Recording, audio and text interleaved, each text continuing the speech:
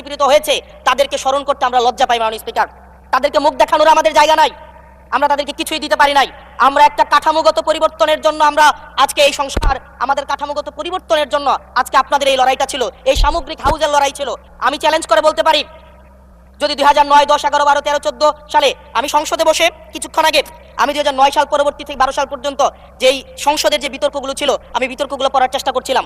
মাননীয় স্পিকার, যদি আজকে এটা 2014 সালের সংসদ হতো আর যে সংস্কার প্রস্তাবগুলো এই পাশ থেকে দেওয়া হয়েছে, ঐকমত্য কমিশন থেকে দেওয়া হয়েছে, এই সংসদের একজনকেও খুঁজে পাওয়া যেত না যে এই সংস্কারের বিরুদ্ধে অবস্থান নিত।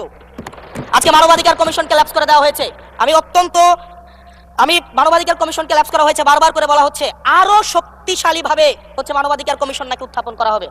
আজকে পুলিশ সংস্কার কমিশন, আজকে অর্ডিন্যান্স সেখানে বাতিল করে দেওয়া হয়েছে, বলা হচ্ছে আরো পুনর্বিবেচনা সাপেক্ষে সেখানে এই সংসদ উত্থাপন করা হবে। মাননীয় স্পিকার, যদি সেটাকে সংসদ, সবকিছুই তো সংশোধনের মধ্য দিয়ে যাচ্ছে, যদি এটা নিয়তটা যদি সহি থাকতো, ওয়েল ইন্টেনশন যদি থাকতো, এই অর্ডিন্যান্সটাকে এখানে গ্রহণ করে পরবর্তীতে কিন্তু সংশোধন করা যেত। মাননীয় স্পিকার, মাননীয় সদস্য, আপনার সময় 2 মিনিট বাড়িয়ে দেওয়া হলো, 2 মিনিটে শেষ করুন। থ্যাংক ইউ মাননীয় স্পিকার, আজকে সরকারি দল বিরোধী দল, এই সরকারি দল এবং বিরোধী দল একটা আপেক্ষিক বিষয়।